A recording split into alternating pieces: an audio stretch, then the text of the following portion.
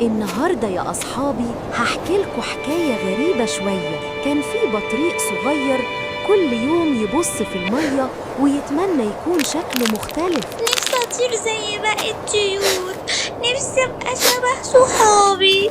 وكان فاكر إن صورته مش زي باقي البطاريق وإنه أوحش منهم. لكن في يوم ظهر صديقه اللي كان بيحبه. تعالي نلعب.